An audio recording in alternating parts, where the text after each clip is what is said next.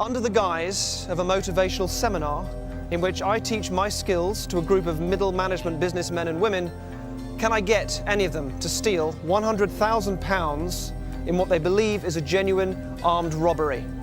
That's the show. This is the Heist.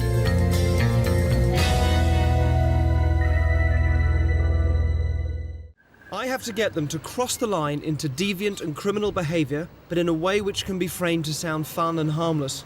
Purely because an authority figure has told them to, will they make the decision to walk into the shop, steal goods, and frame it as a positive experience for themselves? I'm watching the action through hidden cameras installed in the newsagents across the road. The shop owner is aware that we're filming, but the assistants know nothing. I wasn't thinking it was going to be a real shop. When I got in there, I realised that it wasn't as easy as I thought it'd be. All the staff were standing right by the sweets. We were being asked to do something that was actually against the law. They don't know that this is being filmed for the show, but they are aware that they may be caught on the shop's security cameras and that what they're doing is illegal.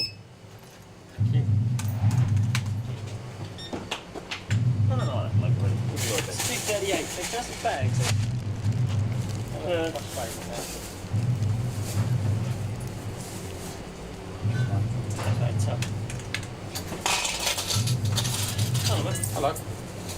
You all up? No, no. Oh, too kind. Anything else? Cool, thanks. That's it? My initial reaction when I came back into the pub was actually euphoria. It was like the woman had got 6 numbers on the lottery. She was so hyper and high about it and proud of herself. I think that's something that I hope will actually stay with me, because I think I could probably do with taking a few more risks in life.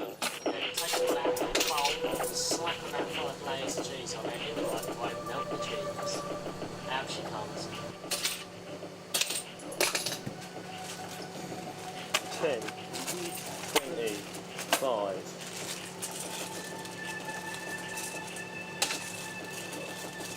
45. 65. 85. Ton. I felt really good, actually. It's bad to say.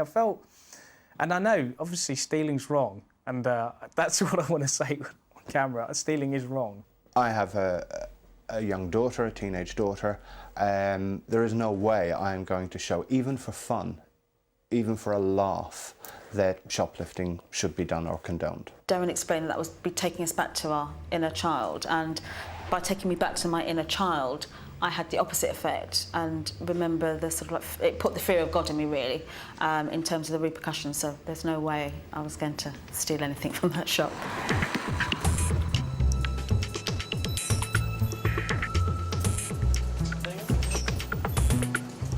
I didn't feel guilty, which normally I'd have thought I would have done, but no, not at all, which was, I'm not sure if that reflects anything on my character.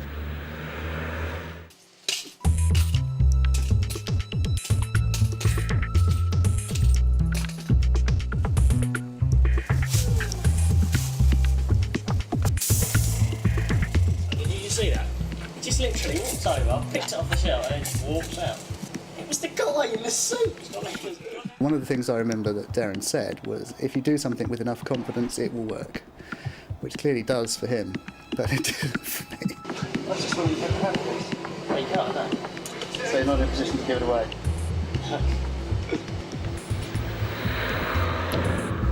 Oh. Do not leave his side, please. I don't believe this. Why would a guy come in and ask to have a packet of fucking Orbit? Why would a guy steal a Twix bar? Why would a guy come in, look at sellotape, fucking Angel Delight, a newspaper, wine, and then just buy a paper? Yes? Pardon? Do you want to put those jammy dodgers back, please? Sorry, the ones that are just in there. Thanks very much. See you later. Sorry. I must have forgotten about those. Yeah. My wall isn't full, but... Pardon? My wall isn't full, but You what? My wall isn't full, but These doors are probably 13 guy that's about to shut right on yourself now. You see him do it? Yeah. That's the 4th one tonight, that is. No. Yeah. They're all in suits as well. There's something going on. That's why I asked him. I said, who comes in? Is there a crowd of them? Ryan.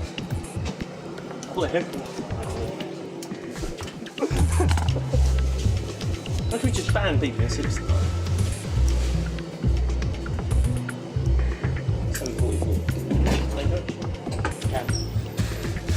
I'm going to get really fucked up here. I felt it's a bit of a failure, actually, because I hadn't done it. So out of the 13 people that attended the seminar, I've decided to eliminate 4 of them. Paul, first of all, because he was a little too controlling. Had also mentioned that he had a daughter and he didn't want his daughter seeing him do anything criminal on TV, which I thought was fair enough. Pam and Helen, I didn't feel was suitable to take through the Heist experience, really. And Sula as well. Sula had admitted to filling out the wrong job on her application form. She isn't really an accountant, and her real job doesn't fall within the criterion of the show. So those are eliminated, but all the people that do get eliminated will take with them a very powerful motivational state which they can tap into, as well as certain genuine skills which they've learned from me at the seminar. So those are gone, but there are 9 people left.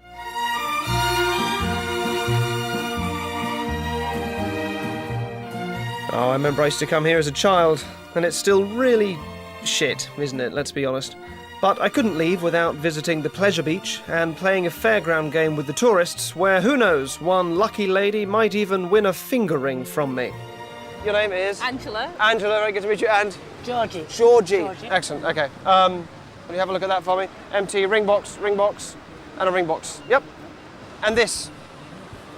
A ring which we borrowed from a jeweller's not too far around here. It's worth £2,500. It's an 18-carat white gold ring with a diamond on the top. This is a genuine, very nice, expensive ring. Got to play a little game involving this ring.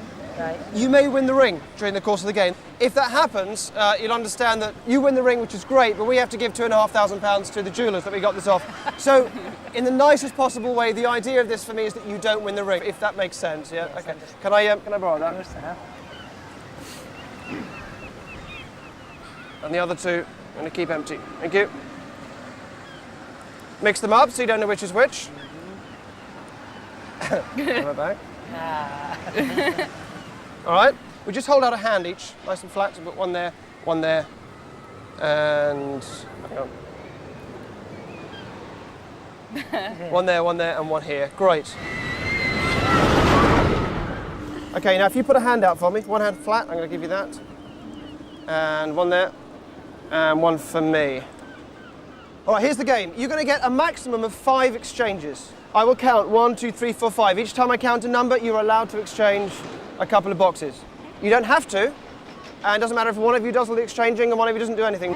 There is a certain psychology to this. There are certain moves I expect you to make, so your task is to try and work against that, all right? So that one of you ends up with the ring. Obviously, the odds are sort of in your favour because there's 2 of you and only 1 of me. All right. So here we go. 1, your first move. Anyone going to swap? 2.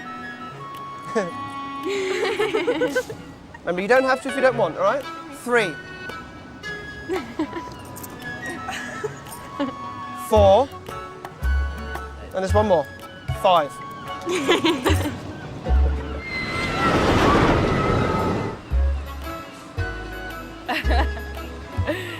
3. I'll stick. 4. I'll stick. 5. Sticking as you are? Yeah. All right, excellent, okay. Sophia, yes? Yes. Can you open your box? No ring, let's just show the camera. So that's 1 down. I'll put that away, I'll get rid of it, all right? No, I was Before you look, I'm going to offer you a chance if you want to change your mind, okay? I wouldn't normally do this, I'll give you a clue. The clue is, you're wrong, it's in this one here. Okay. All right? That was your clue. You don't have to believe me, but let me explain. Probably by me saying it's over here, you wouldn't believe me. In fact, why would you believe me? Because why would I tell you where the ring is? Now that means I could say it's here just to make you want to stick with that one even more. So you might think I'm saying it's here just to catch you out and make you stick with that one. If you think I'm doing that, catch me out and go for this one, yeah? Okay. Or if you think I'm just being honest and telling you the truth, it's still there. Okay. Do you want to change? Yeah. You do want to change? Sure? Yeah. Okay, open the box. Can't believe you fell for that one. Excellent, fantastic. Let me get rid of that. Which of course leaves me with the ring. Thank you very much. I thought, is he like saying that so I give him the box, or is he saying that so I keep it? I don't know. And Sophie was going, keep it, keep it. Angela, yeah? Yeah. Open the box. Okay, nothing. I'm going to show the camera. All right, bad luck. Hang on a minute. Oh, sorry. Just talk this through now. I'm going to give you a chance to change your mind. Let me just point out, aside from whatever games I'm playing, mathematically, you've got twice as much chance of winning if you change at this point. I'll explain why, all right? You've got a 1 in 3 chance of that being the ring, which means you've always got a 2/3 chance of being wrong. You've always got a 2/3 chance that it's one of the others, all right? So we know it's not that one. It actually means you've got a 2/3 chance of it being this one here. It is counterintuitive, but it is true. You're going to stick or are you going to change your mind? You're trying to change my mind. What do you want to do? I'll stick. You're going to stick? Yeah. Are you sure? Positive. Open the box. Obviously, I wouldn't have told you all that if I'd have wanted you to change. Well Excellent. done, We got well that? done. Great, okay. Thank you. Which, of course, Yes. means that I end up with the ring, but thank you so much. I was convinced I had it.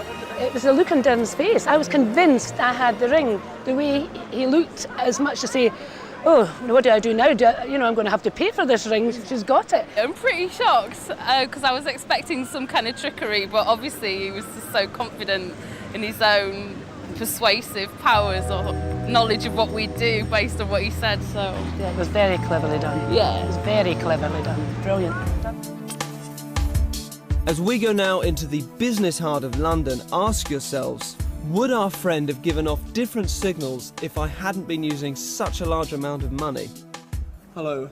Can I just verify from the outset that this isn't a setup, we haven't arranged anything, you're not an actor, correct? Not that I remember. Well, you work in the stock market, is that right? I do, indeed. You all do, in fact. Yeah, investment banking. Which is an area, is an industry where huge sums of money are at stake every day. Yeah, win or lose it, as they say. Fantastic. This game I play, normally I do it with 2 envelopes and there's money in 1 envelope, all right? Okay. Normally with 50 quid. We're doing this now with 5 envelopes and a much larger sum and the odds very much in your favour. Okay?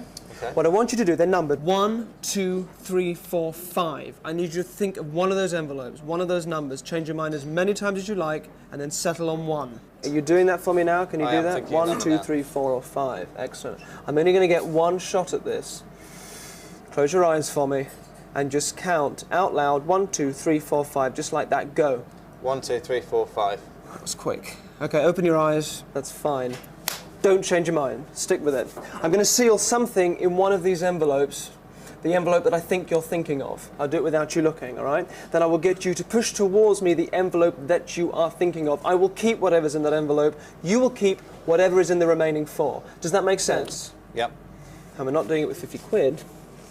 This is a cheque for £10,000. This is a genuine cheque made out to... What's your full name? Matthew. Yes. Skilder. S-C-H-I-L-D-E-R. Look at that. Okay. It's 10 grand, which I'm going to gamble on being able to read your mind. Okay. You ready? Yep. I'll do this under the table. Easy money, boys. Yeah. Easy money. Okay. What have we got? 1, 2, 3, 4, 5. When I say now, I want you to push the envelope towards me, the one you're thinking of. All right? Okay. When I say now. You ready? Yeah, I'm ready. I'm poised. Ready? Can I just take this opportunity to wish you the very best of luck? Okay. Somehow I don't think I'm going to have any luck here. But let's try anyway. Do it now. Now.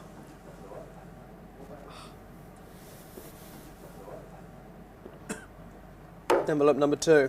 Oh no. Open the others. Open the ones you kept for yourself.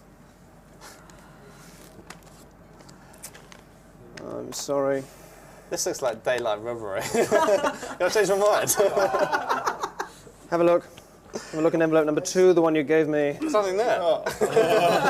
Honest. 10 grand, Matthew. Well done. Come on, stick it together. Next time. Congratulations. I kept my number I thought of. I was trying to actually look towards number 5, trying to give him some sort of icing down there, but it didn't work. Nick Plesso's gone all in. Let's see if this pushes her out. In an attempt to score a big win, Nick bet all his chips on this hand. His aggressive play scared off 4 out of his 5 opponents, so it was left to Anne to work out whether he was bluffing or not. She needed to use both her intuition and her observation of his body language. She'd picked up on a tell that made her decide to continue playing and match his large bet. Call it. Call? Yeah. She's called. This was her first big risk. If Anne read him correctly and won this hand, Nick was out of the competition. If she misjudged it, it would have cost her almost all of her chips. So I've got to turn him over? Yeah. Oh, that's not what he wanted to see. It was all down to the turn of the next 2 cards. Anne would lose if either of these was a queen or a 9. Yeah, queen or a 9. No good. Anne takes a scalp. But she judged it right, and the first professional exited the game. Knocks out Nick Pickford's Passat. Rag it in. 30 minutes later, and Anne was amazingly still in the game, continuing to win more chips and having seen another 2 poker professionals leave the table. Anne's getting a bit tired now, but she's down to 2 opponents. If she can maintain this level of concentration, she's only a step away from winning one of the 2 cash prizes. Anne has been playing for almost an hour now, and the battle between her and Paul is continuing. I'm going to go all in. Paul's gone all in. Paul had made a major bluff and bet all his remaining chips. To stay in the game and challenge Paul, Anne would have to bet all of her chips too. Got a hand to cool with. Paul was unconsciously giving away subtle signs that Anne found easy to read. Wow, look at Anne's face. I'll call him, go on. Yeah, go on. Look at Paul's face. Oh, He's no. not happy. Please don't call me. Please. She read his bluff correctly, but she's not safe yet, and would still lose if any of the dealer's cards were 10s or 7s. 6, 4, 2, 4, 2. And Anne flushing chance in the money. 13 Hats off to Anne. Oh, things are looking up. Anne Chance has made the money, knocking Paul Parker out in 3rd position. Anne was now certain to get one of the 2 cash prizes. She'd been using her new skills perfectly, and with only Jeff remaining, she now focused all her attention on him. It's the last hand, and the game has been playing for 91 minutes. With a pair of aces, Anne felt she had a stronger hand than Jeff, and she was right. The odds were massively in her favour. She decided to risk all her chips on this hand in the hope that Jeff would also do the same. All in. Alcohol. And a What? call. Jeff's called. You maniac. Okay, cards over. Anne's gamble seemed to have paid off. She was in a great position to win first prize. Only a 9 would stop her. I need a 9. Such bad shape. There's only 2 cards in the deck now that can help him. He's a monster dog. Classic mistake. Poor Anne. Anne had played the hand perfectly. It was just a lucky turn of the card that made Jeff the winner and Anne come in second. And that's it. Ah, well. Cash winging its way over to Jeff's bank account and £1,000 for She's in the money. a lovely Anne. 2 more times. 2 more times. But just wait, take your time before you come out. It's just a free choice. You've now been alternating backwards and forwards, so pattern-wise, I'd expect you to put it back here. Either way, put it in the hand that feels right, and leave the hand that's left empty. That's my left, but don't let me influence you, right? Bring your hands out. All right. Now, this is the 4th time. It's almost as if by the 4th time you start to feel guilty about which hand has the coin in. It's almost as if you start to kind of, like one hand starts to throb with embarrassment or feel heavier than the other one. This one here, yeah? You're going backwards and forwards. Show me that one. Fantastic. All right, last time. Last time. Will he continue the pattern of alternating, or will he try and catch me out by putting it in that one twice in a row? Bring your hands out. Just relax, relax, relax. All right. I will tell you in one move which hand the coin is in, all right? I'll ask you to do one thing and that will tell me what it is. Cross your hands over, put one hand on top of the other. Just cross them over. Don't open it, All right, but I'm telling you, guilty one at the bottom is this one, isn't it, yeah? Don't open it, though, am I right? Yeah, right, get rid of your other hand, turn your hand over. Now, here's the really weird thing. You know whether that coin is heads or tails up at the moment. You don't know how you know, but you know. And the reason why you know is that you've got 1,000 nerve endings in your fingertips and in the palm of your hand telling you whether it's heads or tails. Don't try and feel for it, because you won't know. Yeah. That won't do you any good at all. Just look at me. Is it heads or is it tails? Go for what feels right. Just tell me, is it heads or is it tails? Heads. Pardon? Heads. Heads. That feels right, does it? Yeah. Have a look, you're right. Fantastic. Very good. A miracle, thank you so much. Hang on, that was my pound. Oh, was it? Sorry. Nicking my stuff as well. It was only my hands and a £1 coin, so I couldn't. It was all me, and he was just saying stuff. I could have won £50 he put up there, but yeah, I didn't. He's too good. He did it like 5 times in a row, man. No, you knew you weren't going to get 50 quid from the start, man. No one would give you 50 quid. But no, it's some good shit. It's weird. Good shit.